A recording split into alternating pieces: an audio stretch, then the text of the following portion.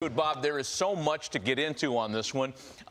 Each team has its warts, and it's been said about both that the bullpen could be something that could use some improvement.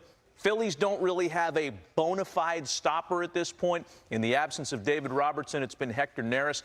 This is our example, our opportunity, Bill, to ask Dempy anything we've wanted to ask him about pitching. And here's the first thing I got for you. Hector Neris on Friday. Yep. Gets flagged, a weird violation. Bill Miller was the home plate umpire. We can roll the video here. They made him stop and then came out and everybody's like, what's the problem? The bases were empty, wasn't a balk move. It was explained later that Neris had to start with his hands apart before he came into his motion. And it took some explaining here. Everybody was curious about it. I'd never seen an umpire come out with that kind of conversation before.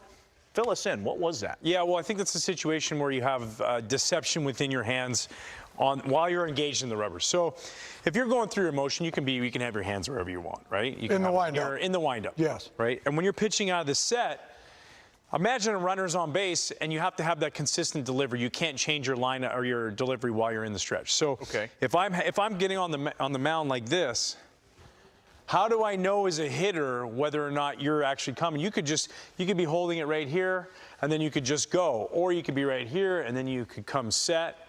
You know, it's much like you'll see guys sometimes when they get on the mound like this, and you have the ball in your hand, you go like this. I've seen guys who get on the mound like this, and they go like this, and then they go. That's technically a balk. A balk. Because you've engaged your hands into your glove, and I think that's what he was trying to say is he was doing that a lot. He was holding the ball like this and then coming in like this and then breaking his hand away or taking his hand out of his glove. You have to have one consistent delivery and not changing it up each time. I thought it was a little interesting watching that and seeing that where there was nobody on base. So you're saying you cannot just walk in to the, like if I'm here together, glove, ball, I just can't walk in and start. Correct.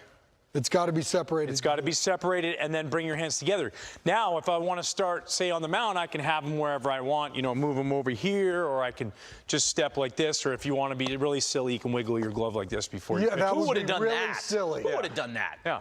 But it was weird just because bases were empty, and I can't recall ever seeing an umpire walk out and tell a guy, you got to start with your hands apart. Give me one of these because bases are not empty now. If I backed up and I was a base runner here at first base, talk a little bit because you didn't have necessarily a good pickoff move, correct? Yeah, correct. But if you do some things and you alter your times going to home plate, you can actually settle this guy down here and he doesn't run very easily. Absolutely. I was really lucky early in my career. Ricky Henderson was in the weight room and I just thought, you know what, this is my chance. He was just done playing. He was a coach for the Mets and I said, what could a pitcher do? What could I do as a pitcher to help control the running game? And he said the only thing. And he gave it up? And he said, yeah, and he said, hold the ball. You got to hold the baseball. So what he's talking about is when you're out on the mound, remember as a pitcher, when you have that opportunity and you got runners on base, I didn't have, like Billy said, I didn't have a good pickoff move.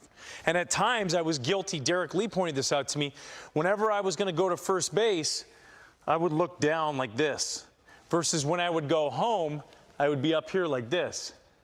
So he actually noticed that as my first baseman. Right. So you can imagine, a really good first base coach. You got Davey Lopes at first base. He knew half the time. He was yelling back by the time I threw over there. He already knew when I was and wasn't going to throw over.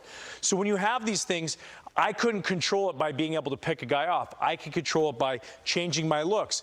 Nobody's doing anything, not the guy in the box or the guy at first base until I throw that ball. So if I felt like a guy was going to go, I would just come set and I would just hold and hold and hold and hold. And when you're out there and there's 40,000 fans in the stadium and that batter's in the box and that adrenaline, that heart's pumping, that feels like a minute. 4 seconds feels like the longest time imaginable. And then the guy in the box goes, time. And you do it all over again. Let me back over here at first base because if you give me the proverbial 1001 go to home. Yep. I'm over here as a base runner and I watch you go into your set. So let's play that 1001 game. I'm just going to give you the 1001. 1001, and I go at the same time. I actually had the first step before he did. So if we're in a race or guys are in the starter's block and we go, on your mark, get set, go. On your mark, get set, go. And then you go, on your mark, get set. I'm over here, and that's when the false start happens. And if I start digging in and do this, I can't be effective with that first step. And then that's when a guy who does have a good pickoff move will hold, go. Because I might be over here in this mode, now the pickoff will get me. So the starter block set, when there's a cadence with the gun going off in the sprint races, they happen for a reason. If it's a little bit slower, that's when the false start happens, and that's what you want to do to those guys. Kind of give them a false start or make them anchor in before they go. And one thing that Ricky talked about when he was talking about it was, think about this. If you're a base runner, and I'm out there and I'm leading off, right, and I'm ready to go, I'm ready. The longer I sit like this in this position, my muscles, they start tightening up. They don't fire as fast. It's like anything. You go sit down in a chair and somebody says, hey, can you grab that? You pop right back up. You sit down in a chair for 5 minutes and they say, hey, can you go get that? You're like, oh, man, hold on. This is going to be a little bit stiff. It's the same thing for base runners. So the longer they're sitting in that position, that static energy, that ability to use your fast twitch muscles starts to go away. Dude, you're looking pretty aggressive right now. I was thinking about taking out Matty right there. I saw it in your eyes. Did you see that? Yeah, I saw it. And it's the same thing at second base. When you got a runner at second base, the ability to be able to control the running game, not just from holding the ball, just your head. So like if I'm coming set like this, and I got a runner, boom, I look him back and I go, right? Now all of a sudden I go like this. Let me look back. Let me look back one more time. Let me quick look.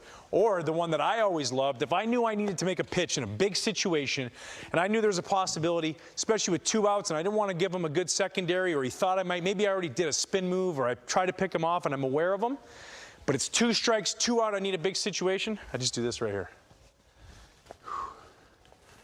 And not even look at him. Because he's waiting for me, right? He wants to get that timing. He wants to get that look and go. Or that I know he's going to look twice and he's going to go. So he's going, okay, here he comes. He's going to look. There's that aggressive look again. Yeah. And he should have been left-handed. Let me do this. Really, you're trapped in the body of a spirit of left-handed. You know what? So let's make no doubt about this. When there's a runner on second that possibly can steal third base, and we always talk about the middle infielders, well, they're not doing a good job holding the runner on. Whose responsibility is it to hold that guy on? Right here. Thank you. Yep. Always the pitcher. It don't matter, because you want to know Ricky's story? I actually stood at second base, holding Ricky on like a semi-first baseman one day at second base. He gone, so third. If he don't make him stop and he doesn't keep him honest and disrupt some of his timing, it don't matter. One quick follow-up question. How long into your major league career were you when Derek Lee gave you that tell?